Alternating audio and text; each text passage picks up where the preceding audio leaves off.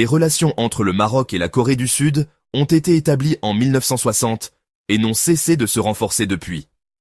Le Maroc est l'un des rares pays africains à avoir signé un accord de libre-échange avec la Corée du Sud en 2016, facilitant ainsi les échanges commerciaux et les investissements bilatéraux.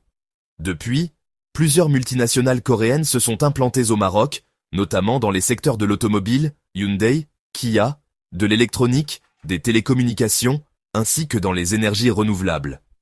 Ces investissements créent une demande croissante pour des profils qualifiés sur place, capables de comprendre les deux cultures d'entreprise et d'assurer la gestion des projets. L'objectif central de ce salon est de mettre en relation directe les entreprises sud-coréennes et les chercheurs d'emploi marocains. Il s'adresse principalement aux jeunes diplômés des universités marocaines, mais aussi aux techniciens, ingénieurs et professionnels expérimentés dans des secteurs variés tels que technologie de l'information, IT, ingénierie industrielle, logistique et gestion des chaînes d'approvisionnement, énergie renouvelable, services et commerce international. Le salon propose un format interactif.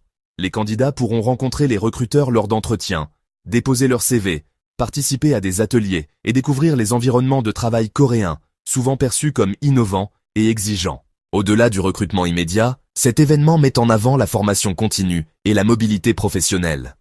Certaines entreprises coréennes offrent des opportunités de stage, d'échanges universitaires ou de formation professionnelle, renforçant ainsi le transfert de compétences entre les deux pays.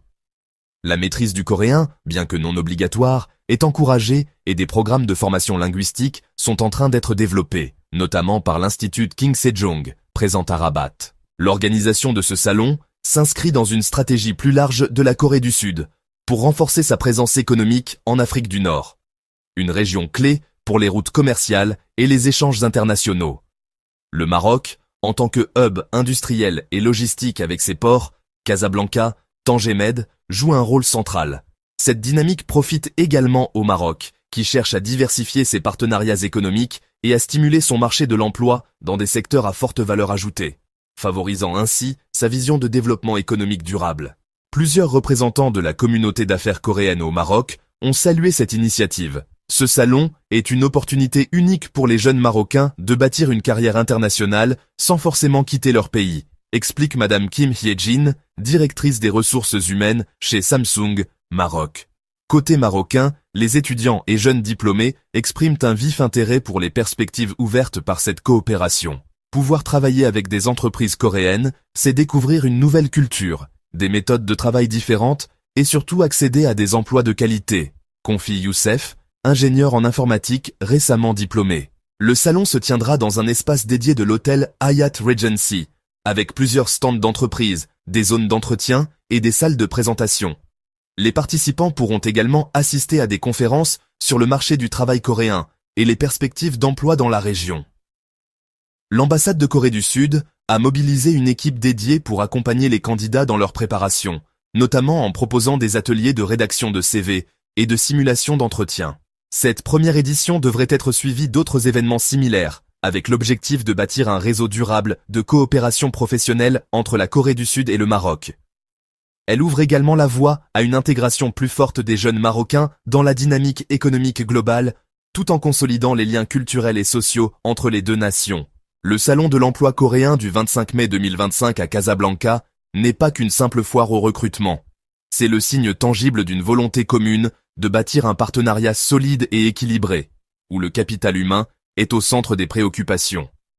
Entre échanges culturels, opportunités économiques et développement de compétences, cet événement incarne l'avenir prometteur d'une coopération Maroc-Corée Sud tournée vers l'innovation, la jeunesse et la prospérité partagée.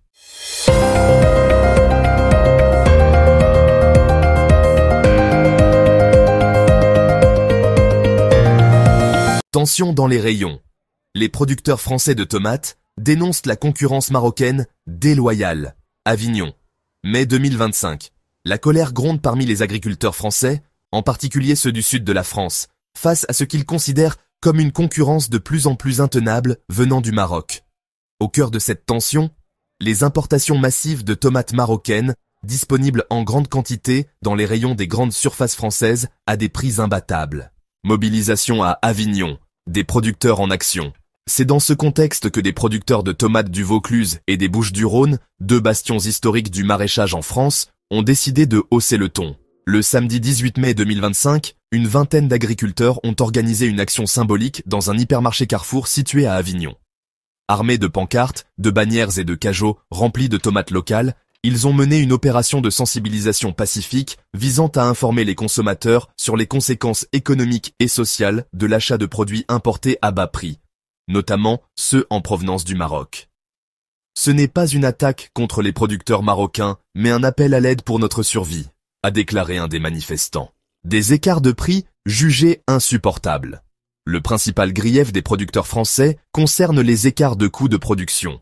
En France, les agriculteurs doivent faire face à des charges sociales élevées, des normes environnementales strictes et des coûts salariaux importants. À l'inverse, au Maroc, les tomates sont produites avec une main-d'œuvre moins coûteuse, des conditions climatiques naturellement favorables et des subventions à l'exportation. Résultat, les tomates marocaines arrivent dans les supermarchés français à des prix bien inférieurs à ceux des produits locaux, souvent avec des étiquettes attractives comme « produits méditerranéens », ce qui trouble certains consommateurs. Un producteur de Cavaillon explique « Nos tomates nous coûtent entre 1,20 et 1,40 € le kilo à produire. Les Marocains peuvent vendre les leurs en dessous de 80 centimes. Ce n'est plus une concurrence, c'est un étranglement. Légalité des importations, mais colère persistante. Il est important de noter que ces importations sont parfaitement légales, encadrées par les accords commerciaux entre l'Union européenne et le Royaume du Maroc, notamment l'accord d'association signé en 2000 et ses protocoles agricoles. Cependant, les producteurs français dénoncent une forme de concurrence déloyale structurelle, dans la mesure où ils évoluent dans des environnements réglementaires et fiscaux très différents.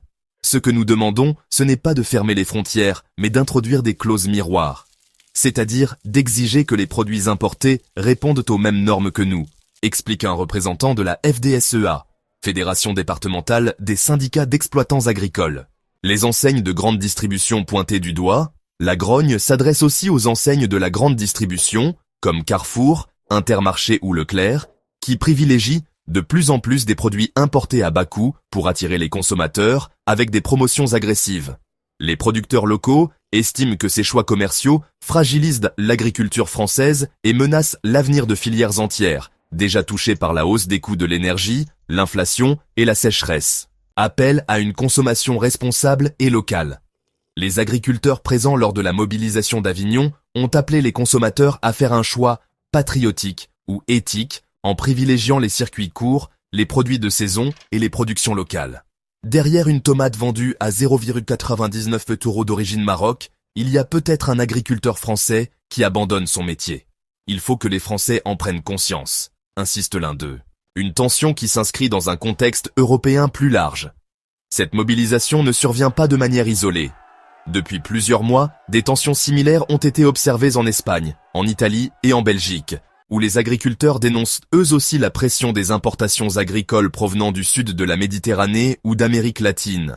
Le débat sur la souveraineté alimentaire, la juste rémunération des agriculteurs et les accords commerciaux internationaux est plus que jamais au cœur des discussions entre les gouvernements européens, les syndicats agricoles et les associations de consommateurs. Conclusion. Entre mondialisation et protection des filières locales. Le cas des tomates marocaines met en lumière les contradictions de l'agriculture européenne, tiraillée entre les principes de libre-échange, la défense de la compétitivité et la nécessité de protéger un tissu agricole de plus en plus fragile. La colère des producteurs français ne vise pas directement le Maroc, mais pose une question essentielle. Peut-on encore défendre une agriculture de qualité, locale et durable face à la logique du prix le plus bas ?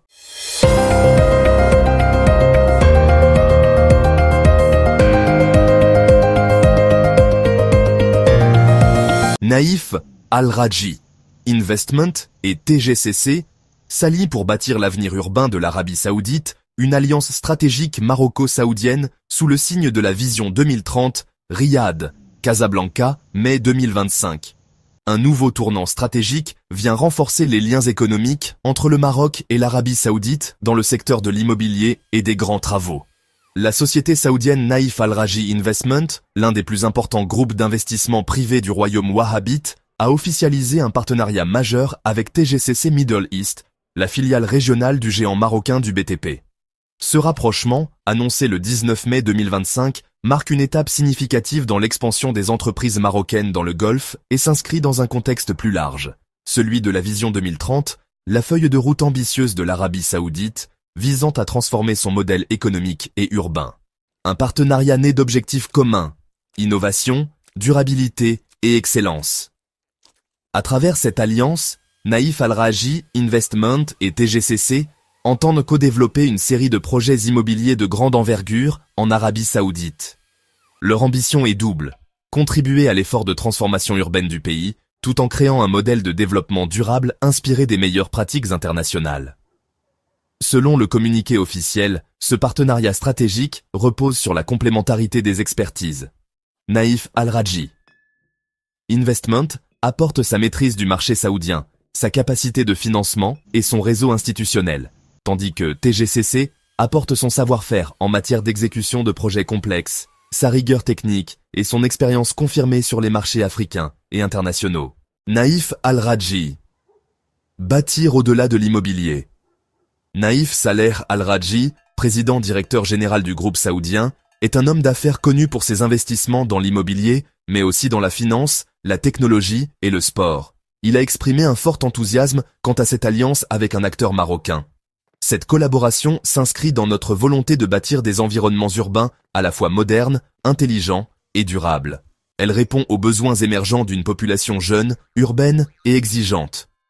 Pour lui, l'expertise marocaine de TGCC représente une valeur ajoutée technique et humaine, dans un pays où la demande en infrastructures de qualité connaît une croissance exponentielle. TGCC, de Casablanca à Riyad, l'essor d'un fleuron marocain. Créé en 1991, TGCC est aujourd'hui l'un des leaders africains du BTP, avec des centaines de projets réalisés dans les secteurs résidentiels, hôteliers, industriels et administratifs. Présentée au Maroc, en Afrique subsaharienne et désormais au Moyen-Orient, l'entreprise poursuit une stratégie d'internationalisation ambitieuse, symbolisée par la création de sa filiale TGCC Middle East. Son président, Mohamed Bouzoubaha, considère cette collaboration comme un moment charnière dans l'histoire du groupe. Grâce à ce partenariat stratégique, nous consolidons notre position dans la région MENA, tout en participant activement à la transformation urbaine de l'Arabie saoudite. Nos équipes sont prêtes à relever ce défi. TGCC ne se limite pas à la construction. Elle s'investit aussi dans l'ingénierie verte, les bâtiments intelligents et la gestion de projets à haute complexité. Cela en fait un acteur précieux pour les grandes ambitions du Golfe. Les premiers projets en préparation. Bien que les détails opérationnels n'aient pas encore été dévoilés, plusieurs sources évoquent des projets immobiliers mixtes de type résidentiel et commercial, intégrant des critères stricts de durabilité. Des écoquartiers seraient à l'étude à Riyad, Jeddah et même dans la future mégapole de Neom, le projet phare de la vision 2030. Parmi les options envisagées, des résidences intelligentes équipées de solutions domotiques, des centres commerciaux éco-responsables, des complexes touristiques intégrant les dernières technologies de gestion énergétique. Un symbole fort de coopération sud-sud. Au-delà du partenariat économique, cette annonce a une forte portée géopolitique et symbolique. Elle illustre le rapprochement croissant entre le Maroc et l'Arabie saoudite, notamment dans les domaines de l'investissement, de l'urbanisme, des infrastructures et de l'industrie. Ce partenariat est aussi perçu comme un modèle de coopération sud-sud, où deux économies émergentes s'associent pour construire des solutions innovantes et adaptées à leur réalité locale. Conclusion, vers une nouvelle ère de développement partagé. Ce partenariat stratégique entre Naïf Al Rajhi Investment et TGCC ne se limite pas à un simple accord commercial. Il représente un changement de paradigme dans la manière dont les acteurs du monde arabe conçoivent leur développement économique et urbain. En misant sur la synergie régionale, la durabilité et l'innovation, les deux partenaires ouvrent la voie à une nouvelle génération de projets ancrés dans les réalités du XXIe siècle. Cette alliance est appelée à devenir un modèle de référence pour les autres pays de la région MENA, désireux de combiner expertise locale